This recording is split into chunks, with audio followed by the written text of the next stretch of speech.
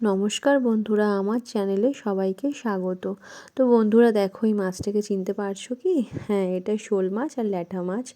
তো দিদি এখানে মাছগুলোকে জল পাল্টাতে এসেছিলো, আর মাছগুলো ছিটকে ছিটকে বাইরে পড়ে গিয়েছিল।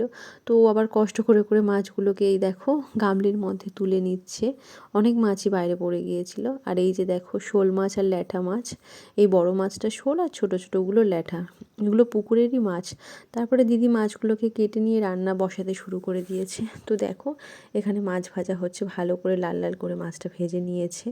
আর এই যে আমার দিদি, এটা হচ্ছে আমাদের দুজনেরই চ্যানেল।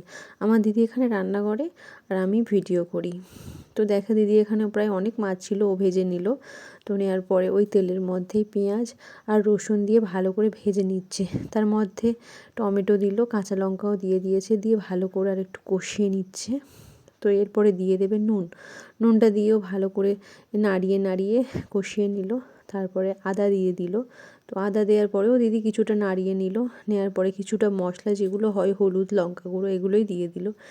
দিয়ে ভালো করে নাড়িয়ে নাড়িয়ে নিচ্ছিল। এবং এর মাঝখানে মাঝখানে দিদি একটু জল দিয়ে কষিয়ে নিচ্ছিল, যতটা মানে একটু একটু জল দিয়ে কষিয়ে নিচ্ছিল। তো এটা করলে বেশি খেতে ভালো হয়, মশলাটা ভালো করে কষানো যায়। তো তারপরে দিদি বেশ কিছুটা জল দিয়ে, এই যে দেখো বেশ কিছুটা জল দিয়েছে, দিয়ে ভালো করে জলটাকে ফুটিয়ে নিচ্ছে।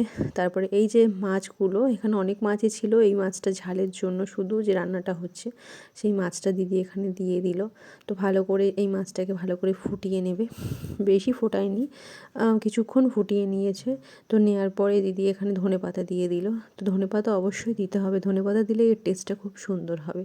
তো তারপরে হয়ে গেলে দিদি নামিয়ে নিল। এই যে দেখো এর ফাইনাল লুক, খুব সুন্দরই খেতে হয়েছিল এই রান্নাটা।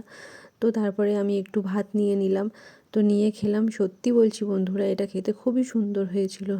তোমরা কেউ বাড়িতে করো, দেখো দেখো খুবই খেতে ভালো লাগবে। তো চলো বন্ধুরা, আবার পরে দেখা হবে। টাটা, সবাই ভালো থেকো।